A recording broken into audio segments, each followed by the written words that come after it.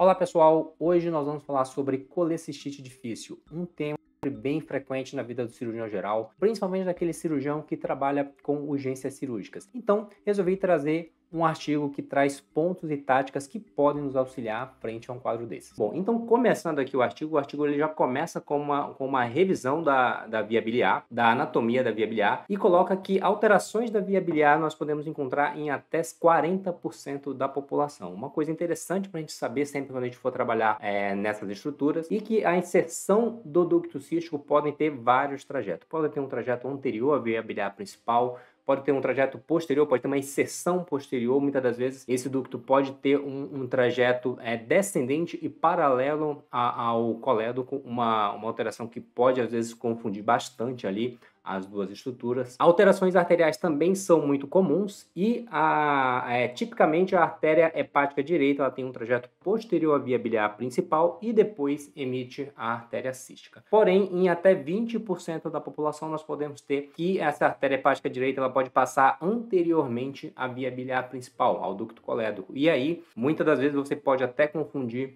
esse trajeto anterior, você pode às vezes achar que ele já pode ser a artéria cística e ser a artéria hepática direita. Então, muito cuidado, principalmente quando você for precisar explorar alguma via biliar, você saber se essa artéria hepática direita passa na frente ou não, uma coisa que pode dificultar muito aí a sua cirurgia. E sobre as complicações da colelitíase e a evolução de uma colelitíase. Isso aqui é um tópico muito importante, vale a pena a gente relembrar sobre a fisiopatologia dessa doença e os caminhos que essa complicação ela pode tomar. Então, o processo obstrutivo é o principal fator que leva os pacientes a ter uma colecistite, né? Então, o processo obstrutivo associado com uma proliferação bacteriana secundária é o que leva o paciente a ter uma colecistite, e na maioria das vezes esse processo obstrutivo advém de um cálculo na vesícula biliar. Então, só para a gente tentar pontuar aqui sobre essa fisiopatologia, nós temos aqui um artigo até bem antigo, teve uma reedição desse artigo que fala sobre a fisiopatologia da colecistite, tá? Então,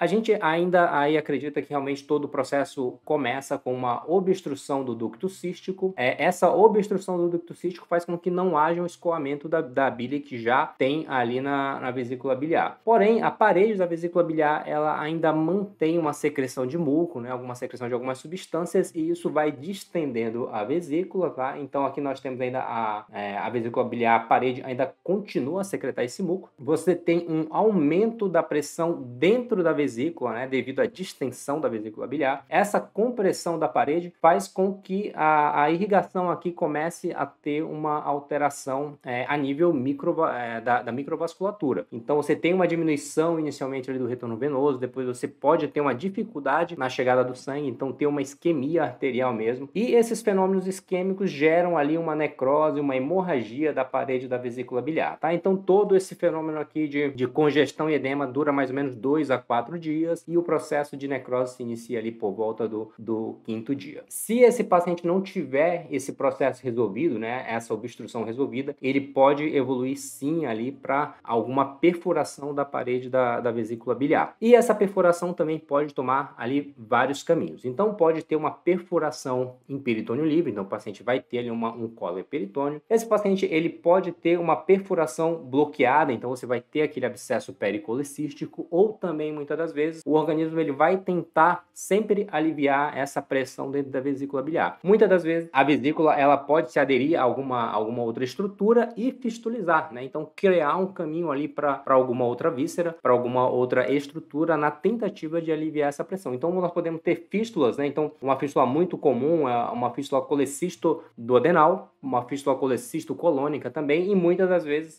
o organismo vai aliviar essa pressão, fazendo com que esse cálculo ele comece a comprimir a via biliar principal. E aí você pode ter ali uma condição que nós chamamos de síndrome de Merise, né? Então quando o ducto cístico ele é totalmente comprimido contra a parede da via biliar principal, e esse cálculo pode migrar ali para a via biliar principal, um quadro de aí sim uma cirurgia tecnicamente bem difícil. tá? Bom, então, explicado as evoluções da colecistite, nós podemos encontrar aqui, aqui o artigo coloca que a colecistite aguda é a complicação mais comum de uma colelitíase, tá? Então, se essa obstrução não for resolvida, o paciente vai evoluir com edema, aumento da pressão, todas as coisas que eu já falei, necrose, podendo evoluir por uma doença supurativa com sepse. A perfuração pode ocorrer, resultando em peritonite, abscessos, todas essas situações que eu já falei. Pode evoluir com coledocolitíase, evoluindo secundariamente também a colangite. Outras formas complicadas da doença também, como eu já falei, síndrome de Mirise, pancreatite aguda, ilho biliar. E saber que esses pacientes são mais bem avaliados inicialmente com uma ultrassonografia de abdômen. Então, a ultrassonografia de abdômen é o exame de primeira linha para avaliar os pacientes com colecistite. E isso daqui eu já falei no vídeo sobre colecistite aguda segundo os critérios de Tóquio. Uma outra coisa que eu também já coloquei no canal, um vídeo sobre as indicações da CPRE no contexto da coledocolitíase. Então aqui coloca que a gente vai suspeitar de coledocolitíase quando nós tivermos uma via biliar principal maior do que 6 milímetros, tá? Então isso aqui eu já expliquei em vídeos anteriores. E que os pacientes com um quadro de colecistite enfisematosa ou gangrena da sua parede, esses pacientes são mais bem avaliados com uma tomografia de abdômen. Então, para a gente avaliar esses pacientes, é muito mais interessante que a gente faça uma tomografia de abdômen. Sobre aqui a visão crítica de segurança, então é um ponto muito importante para todo cirurgião que começa a fazer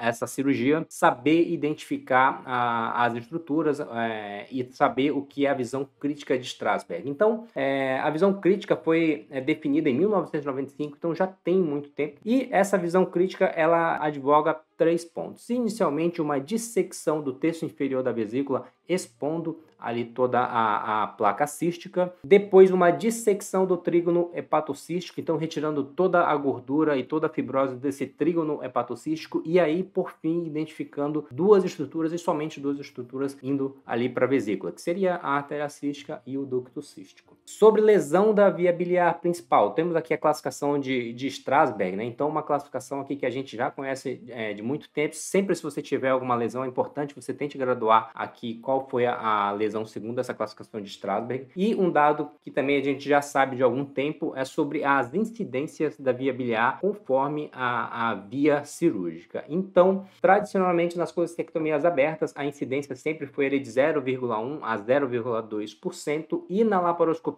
essa incidência ela é ligeiramente maior, entre 0,32 e 1,5% de todas as colestectomias laparoscópicas. Então, a via laparoscópica ela tem uma maior incidência de lesão de via biliar. Aqui traz pontos aqui realmente agora práticos para a gente. Então, quais são os pacientes que têm um alto risco? Então, quando que a gente pode ter uma situação de alto risco e quando é que o cirurgião, na maioria das vezes, pode ter uma lesão da via biliar de forma inadvertida? Então, na maioria das vezes, em até 90% dos casos, a lesão da via biliar ocorreu devido a uma mal identificação das estruturas biliares. Então, na maioria das vezes, o cirurgião ele identifica de forma incorreta as estruturas biliares e aí sim tem uma lesão da via biliar. Isso aqui é um ponto muito importante. Então, a anatomia, alterações da via biliar, né, alterações anatômicas da via biliar podem ser situações que dificultem muito a cirurgia, assim como um ducto cístico muito curto, um ducto cístico paralelo à via biliar principal, como já falei, ductos aberrantes, tudo isso que pode dificultar a nossa cirurgia. Instrumentação cirúrgica ou cirurgias prévias dificultam muito a cirurgia, então os pacientes que já foram submetidos a CPRE, os pacientes que tiveram uma colecistite, pacientes com obesidade, tudo isso pode trazer uma dificuldade técnica para a nossa cirurgia. E o principal fator prognóstico que traz o maior risco de via biliar, já realmente muito bem documentado, é o grau da colecistite segundo a classificação de Tóquio. Então, se o paciente, quanto maior o Tóquio, maior a chance de lesão de via biliar. Pacientes com Tóquio 3, eles têm um odds ratio, né, com uma razão de probabilidade de 8,43. Isso daqui é muito alto. Então, quanto maior o Tóquio, maior o risco de lesão de via biliar. As colecistites subagudas também, então o espessamento da parede traz muito o risco de lesão de via biliar. Uma idade maior do que 40 anos, pacientes que tenham alterações da função hepática e também alterações anatômicas da via biliar. Então, alterações anatômicas da via biliar, os pacientes têm aí uma razão de probabilidade de 11,82. Então, muito alta, saber que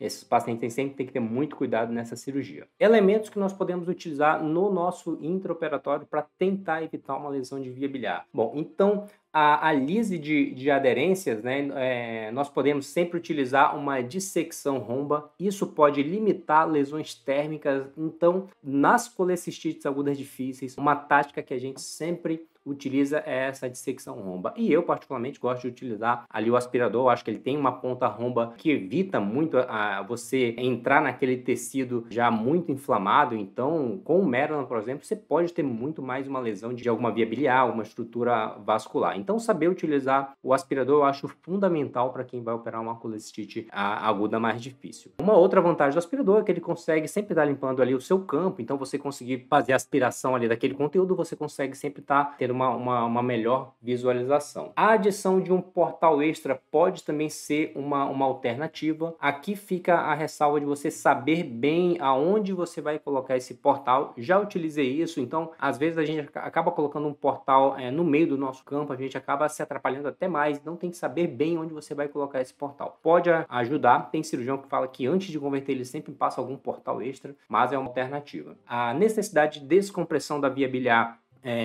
com alguma seringa, né, para você aspirar todo o conteúdo da via biliar, isso pode facilitar também, assim como aqui os graspers que tenham aqueles dentes, né. O problema daquele grasper com dente é que ele pode rasgar muito a vesícula, isso aqui você pode ter um pouco de dificuldade, eu particularmente não utilizo. Se eu tiver um grasper que ele tem uma boa apreensão, eu acabo utilizando o grasper que não tenha esses dentes. Sobre a colangiografia intraoperatória, então ele coloca aqui no artigo que isso daqui ainda é muito debatido, se a colangiografia de rotina pode ou não prevenir a via biliar. Bom, isso aqui é uma coisa que a gente já sabe que fazer uma colangiografia de rotina não evita a lesão de via biliar, então só aumenta seu tempo cirúrgico, então a gente resguarda a colangiografia para outras circunstâncias. Então fazer de rotina é uma coisa que não vai prevenir a lesão de via biliar. Mas a gente tem que saber fazer essas colangiografias, muitas das vezes a gente pode tentar identificar alguma alteração da via biliar, algum cálculo na via biliar e a colangiografia, componentes que fazem com que aquela colangiografia seja considerada correta é quando nós identificamos o ducto cístico, a via biliar principal, ducto hepático direito e esquerdo e um bom escoamento da vesícula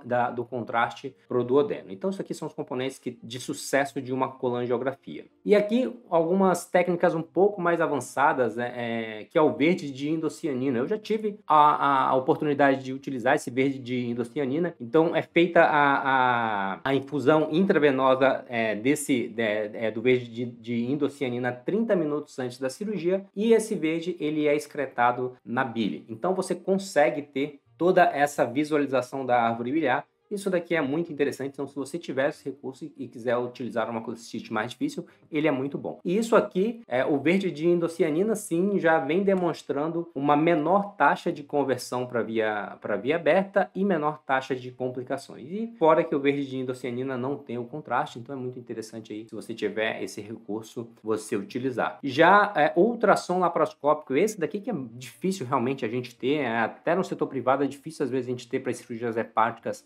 a ultrassonografia laparoscópica, mas se você tiver também pode te ajudar e tem a vantagem de você conseguir visualizar as estruturas vasculares, que também pode te ajudar bastante. E agora falando do intraoperatório, algumas táticas cirúrgicas. Então, como é que você pode explorar aquela via biliar principal se você, por um acaso, identificou uma coledocolitíase ali no intraoperatório? Então, existe uma revisão sistemática, uma meta-análise que comparou os pacientes que foram submetidos à colestectomia laparoscópica com a exploração laparoscópica da via biliar principal do ducto colédoco versus a colestectomia laparoscópica com o auxílio da CPRE. Nesse braço que foi utilizado a CPRE foi utilizada tanto no pré, em alguns outros pacientes no intra e em um outro grupo no pós-operatório. Então, o que demonstrou é que não foi identificado diferença entre mortalidade e morbidade entre os dois grupos. Ou seja, se você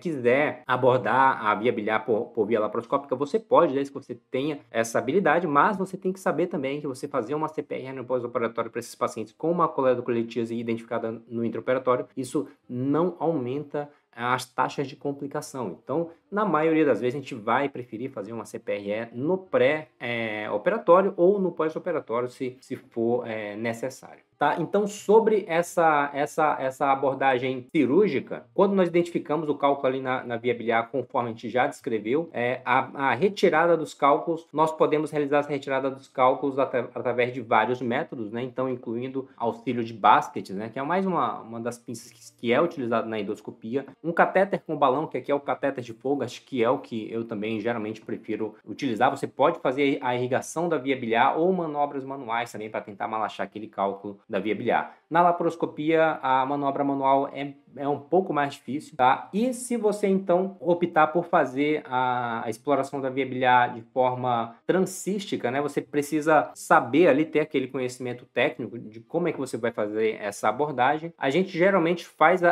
o clampeamento do ducto cístico proximal, tá? Faz uma secção transversa no ducto cístico, parcial, né? Tem que tomar cuidado para não ter uma secção total do ducto cístico.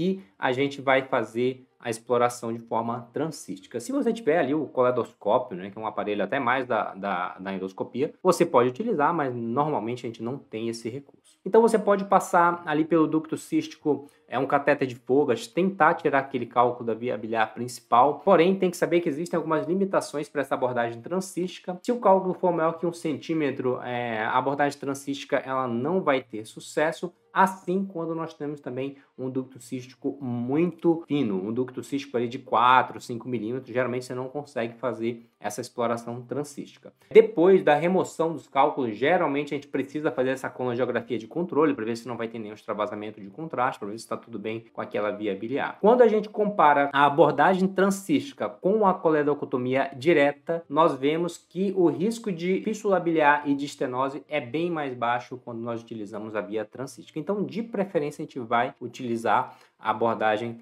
transcística. Porém, existem pacientes que nós não conseguimos fazer essa abordagem, como eu já mencionei, os pacientes que tenham um ducto cístico menor do que 4 milímetros, quando o paciente tiver cálculos na via biliar intrahepática ou cálculos maiores do que 6 milímetros. Nessas circunstâncias, é muito mais recomendado que a gente faça uma coledocotomia e faça a retirada dos cálculos com aquelas os mesmos recursos que eu já mencionei, com cateter de Fogarty, com uma irrigação, com uma manobra manual. Lembrando que a coledocotomia ela é contraindicada quando você tem um colédoco também muito fino, menor do que 7 milímetros, devido ao risco de estenose da via biliar principal. Quando nós vamos realizar a coledocotomia, nós precisamos fazer uma dissecção da superfície anterior do colédoco, fazer ali uma dissecção de 2 centímetros aproximadamente, evitar sempre as laterais da via biliar principal, devido à irrigação ser ali na lateral. E um outro recurso que você pode tentar utilizar para identificar a via biliar principal, para identificar o colédoco, é fazer uma punção com uma agulha mais fina ali, aquelas agulhas de insulina, você tentar fazer aquela punção e ver se vem bile, né, para você não ter uma lesão vascular. Já utilizei essa técnica e é muito interessante também. Se você tiver um coledoscópio, você também pode utilizar após a abertura do colédoco. E o fechamento do colédoco, nós fazemos ali com fios absorvíveis, 4 zeros ou 5 zeros, pontos separados na maioria das vezes. Muitos cirurgiões, ao final dessa cirurgia, optam por deixar um tubo T, que é o famoso dreno de Kerr. Porém, a gente já sabe que deixar o dreno de Kerr ou não deixar o dreno de Kerr não aumenta as complicações. Então, atualmente, eu prefiro não deixar mais o dreno de Kerr e saber que quando nós comparamos as abordagens transcísticas com a coledocotomia, nós temos resultados similares em relação a taxa de sucesso em retirar os cálculos da via biliar principal. E aqui sobre manobras de resgate, tá? Então, a colestectomia laparoscópica, ela pode ser um procedimento extremamente tranquilo, extremamente simples e na maioria das vezes porém a gente sabe que na colecistite difícil é uma cirurgia extremamente desafiadora e que até para os cirurgiões mais experientes isso daqui pode trazer muita dificuldade. De saber também que o potencial de complicações dessa cirurgia, muitas das vezes nós temos complicações ali devastadoras para o paciente. É muito importante que o cirurgião consiga reconhecer ali aquele perigo. Então existem alguns sinais de alerta e isso daqui é muito importante, é muito interessante que a gente preste atenção nisso daqui. Então ele coloca aqui que se você estiver suspeitando ali durante a dissecção da artéria cística, se você identificar uma artéria de um calibre um pouco maior, você pode estar diante da artéria hepática direita. Quando você, porventura, estiver dissecando o ducto cístico e atrás você sentir uma pulsação, muito provavelmente você pode estar dissecando o colédoco e o que está passando ali atrás, na verdade, é a artéria hepática direita. É um outro sinal de alerta. Então, a falha em ocluir todo o ducto cístico com o clipe. Então, na maioria das vezes, o clipe LT300 ele consegue clipar todo o ducto cístico. Então, se você não conseguir ocluir o cístico com um clipe LT300, você já pode também pensar se você não está clipando o colédoco. A presença de bile em um campo no qual a vesícula foi retirada de forma intacta. Já utilizei isso daqui e é muito interessante. Então, se você fez todo o descolamento da vesícula biliar do seu leito e no final da cirurgia você tem bile, você tem que se perguntar da onde que veio aquela bile, já que você não perfurou a vesícula no descolamento, tá? Então, muitas das vezes pode ser da via biliar principal, mas na maioria das vezes o que você identifica é um ducto anômalo do fígado drenando diretamente para a vesícula, que é o famoso ducto de Lusca. Então, se você identificar bile num campo que você retirou a vesícula de forma intacta, pensar ali realmente numa lesão de via biliar principal ou algum ducto acessório. Se você estiver diante de qualquer uma dessas alterações, o ideal é que você pergunte a opinião de um outro cirurgião, do seu companheiro ali que está na cirurgia, ou até que chame algum outro cirurgião mais experiente para tentar dar alguma opinião. E estratégias comuns de resgate. Então, incluem você abortar o procedimento, você fazer uma colestectomia fundocística, uma colestectomia subtotal e a conversão para via aberta. Nós vamos mencionar cada um desses tópicos. E sobre você abortar o procedimento cirúrgico. Então, o artigo coloca até que a melhor forma de você evitar uma lesão de via biliar numa colestite difícil é você abortar o procedimento. E realmente isso é verdade. Porém, você tem que lembrar que se você interrompeu a sua cirurgia, você ainda tem um paciente com colecistite. Então, você deve ainda se manter a antibiótico terapia e também avaliar a necessidade de uma colecistostomia para esse paciente. Se por um acaso o cirurgião ele não estiver conseguindo a sua visão crítica de segurança, o cirurgião pode proceder com uma dissecção fundocística, né? Então, indo do fundo até em direção ali ao infundíbulo. Então, isso daqui faz com que o cirurgião consiga, muitas das vezes, ter a sua visão crítica de segurança, e quando ele não consegue identificar essa visão de segurança, uma alternativa muito segura, depois de fazer toda essa abordagem fundocística, é proceder com uma colestectomia subtotal, que nós vamos falar agora. Então, a colestectomia subtotal é uma técnica que envolve a abertura da vesícula, aspiração do seu conteúdo, retirar todos os cálculos, retirar o máximo de parede da vesícula biliar que você conseguir, cauterizar aquela vesícula e cauterizar o remanescente da parede daquela vesícula e, se possível, fechar também ali o ducto cístico. Existem duas técnicas aqui, a técnica reconstitutiva e a técnica fenestrada. Vou pegar aqui o artigo original, que é um artigo de 2016, um artigo que eu também recomendo que façam aí a leitura, mas basicamente nesse artigo ele coloca essas duas técnicas, tá? Então a colestectomia subtotal reconstitutiva, você retira o máximo da vesícula aqui, como eu já falei, e aí você vai fechar o restante ali, praticamente só o infundíbulo. Então você tira toda a vesícula e faz uma sutura contínua aqui, fechando esse infundíbulo. O problema dessa cirurgia é que você vai deixar um remanescente da vesícula biliar e o paciente pode vir ainda desenvolver uma colecistite nesse remanescente. A vantagem dessa cirurgia é que os pacientes têm menor incidência de fístula biliar, menor incidência de fístula do coto do ducto cístico. Já a outra técnica, a técnica fenestrada, você vai proceder da mesma forma, porém você vai deixar esse remanescente aberto e vai tentar fazer a oclusão do ducto cístico ali por dentro desse remanescente. Essa técnica evita, lógico, a colecistite posterior, mas esses pacientes aqui têm uma maior incidência de fístula do ducto cístico. Porém, essas fístulas aqui elas são de fácil resolução, geralmente sem nenhuma nova intervenção, os pacientes tem essa fístula aqui resolvida de forma muito, muito tranquila. Tá? Então você pode utilizar essa técnica e a principal tática de resgate de uma colecistite difícil é a conversão da via laparoscópica para via aberta, através de uma incisão subcostal direita, né? A incisão de Cocker, ou uma incisão mediana mesmo. E interessante, foi realizado um estudo e entrevistado cirurgiões que optaram pela conversão para via aberta. E nesse estudo aqui, só 17% dos cirurgiões falaram que observaram uma maior facilidade da cirurgia quando eles fizeram a conversão para via aberta. Então, hoje a gente sabe que às vezes converter a cirurgia não facilita tanto as coisas, e nesse estudo provou isso, né? 80% dos cirurgiões falaram que não mudou muito você fazer a conversão para via aberta. E quando você compara a colestectomia subtotal laparoscópica com os resultados de uma colestectomia aberta, então, quando você compara esses dois grupos, nós vemos que o risco de lesão de viabilidade, reoperação, de complicações pós-operatórias e de mortalidade, ele é menor nos pacientes que tiveram sua cirurgia realizada por vídeo, realizada uma colestectomia subtotal. Então, se você precisar optar por fazer uma colestectomia subtotal laparoscópica ou converter a cirurgia, é melhor ainda que você termine a sua cirurgia por laparoscopia, fazer uma colestectomia subtotal. Bom, esses são os pontos muito importantes aqui do artigo. Gostei muito do artigo, espero que vocês tenham gostado também e até o nosso próximo vídeo.